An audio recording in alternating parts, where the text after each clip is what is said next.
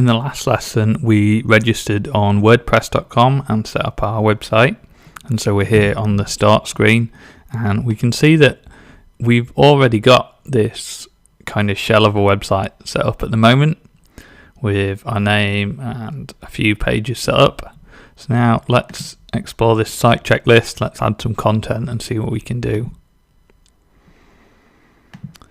So here we are. Let's add a tagline. Let's say a taste of Finland in Leeds. And here we can upload. So if you've got a logo, got one here,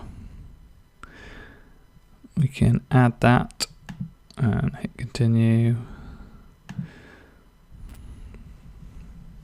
So I added a site icon. Added a tagline. Let's save this changes first. Yeah, there we go.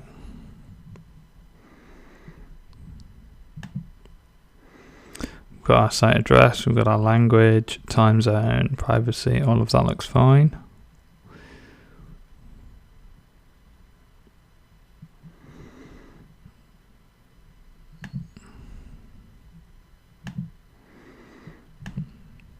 So we go into site pages.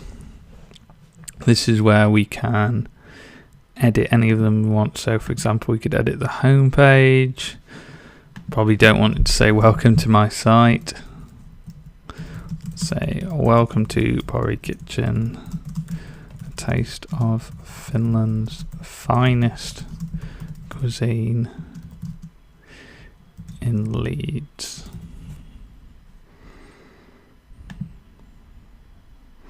And you can preview these changes as you go. So now this is starting to look a bit better. We've got our tagline in there.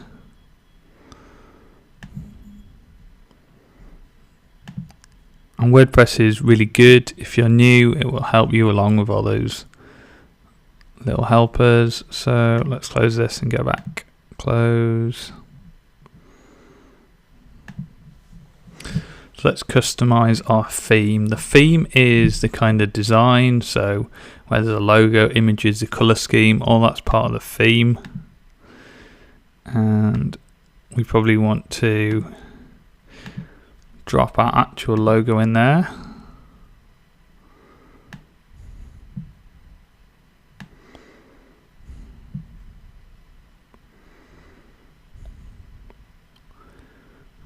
Let's skip cropping.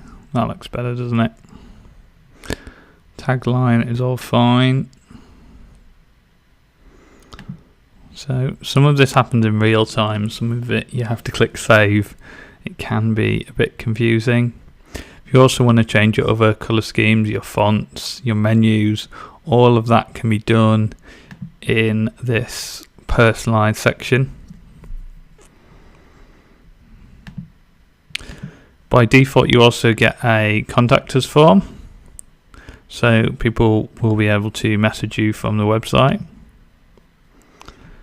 Let's explore a bit about the content.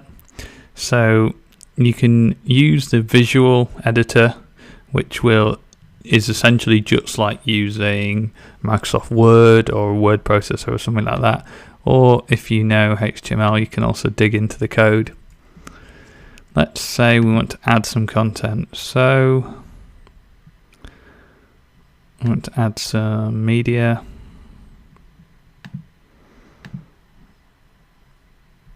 And we want to drop in this menu that we've created. So we insert that. That will give us, that's inserted a link into the page.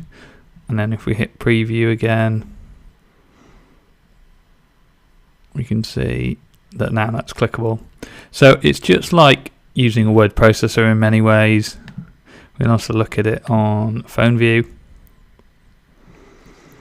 Just like using a word processor, you can drag and drop content in, put your text in, you can put your images in, you can drop any PDF menus you've got in. Let's just hit update, and hasn't dropped our logo in there, unfortunately, but we've now got some of our text, some of our menu in. All of this is editable, and you can just have fun and explore and see what content you want to put in there.